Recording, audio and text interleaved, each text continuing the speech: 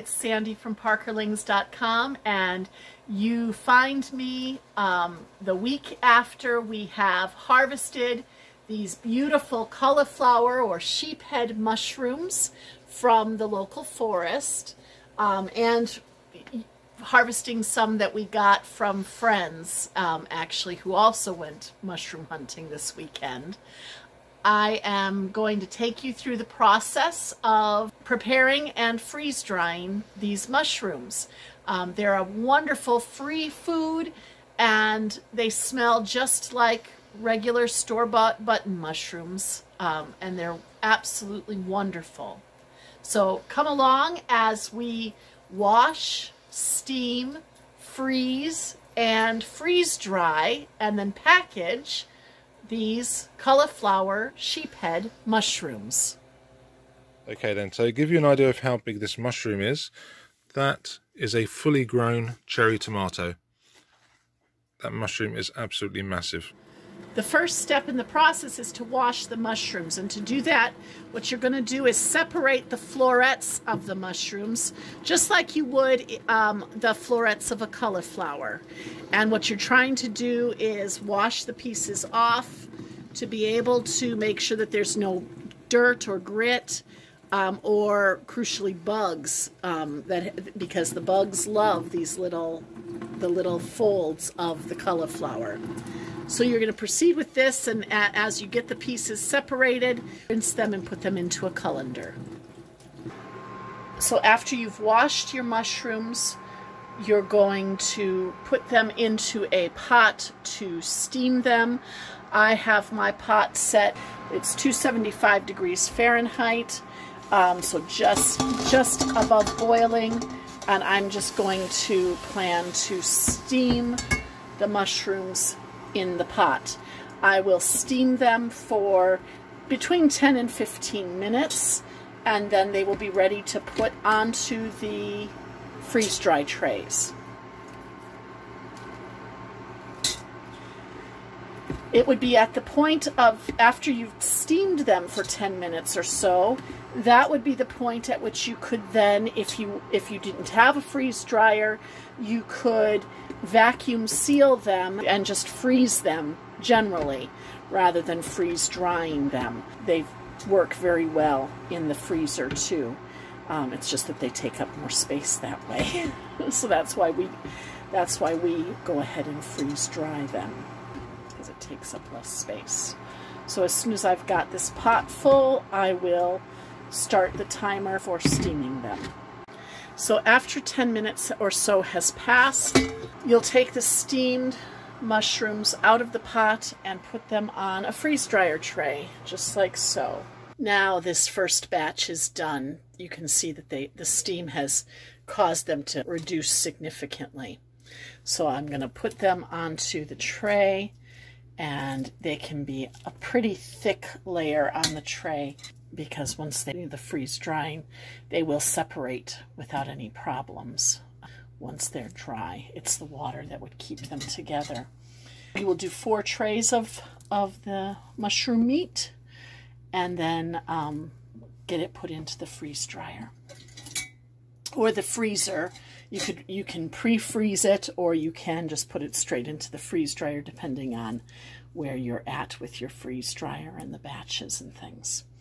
At this stage, I have got something in the freeze dryer, so I will probably put these into the freezer and pre-freeze them, and then freeze dry them once the freeze dryer is ready for its next batch. But you can see here the 1 pot of mushrooms is giving me about 1 tray, which ends up being about 1 quart of mushroom pieces, assuming that you break them up, be able to fit into the 1 quart jar.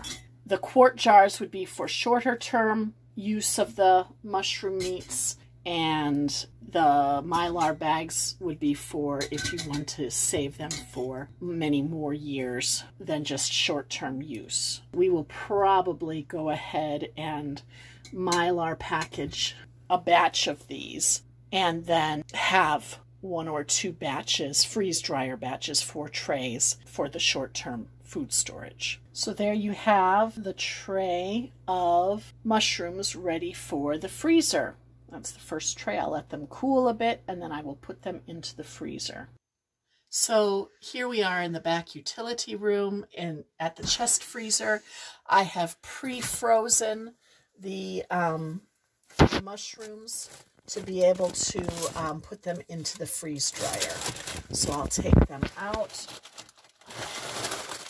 And I've got the trays all. I'll have to separate the trays, but there are the frozen mushrooms, and they are now ready for the freeze dryer. I have pre-frozen the freeze dryer, so these will go in and start to vacuum freeze. So here we are getting the pre-frozen mushrooms into the freeze dryer. And I have pre-frozen the freeze dryer.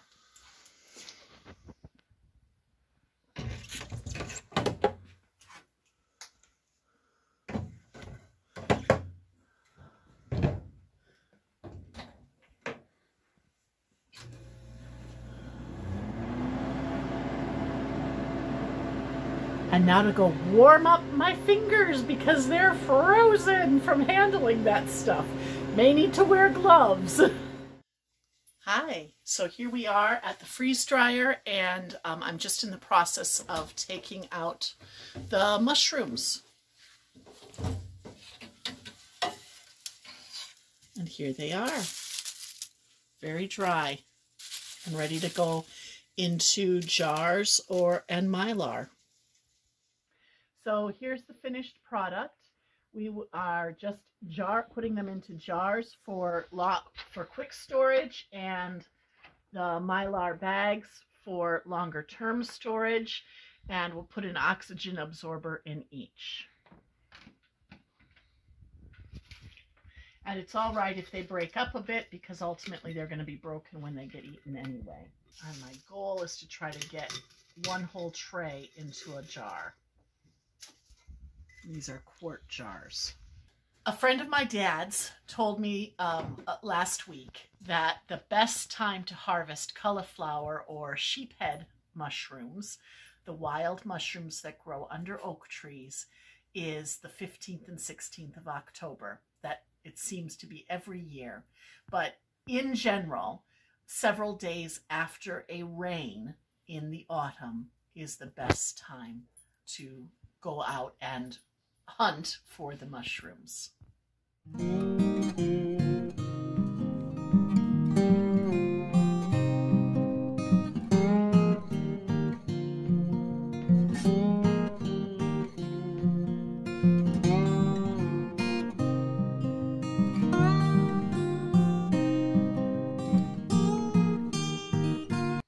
So here we have our first batch of freeze-dried wild cauliflower or sheephead mushrooms for the 2022 season.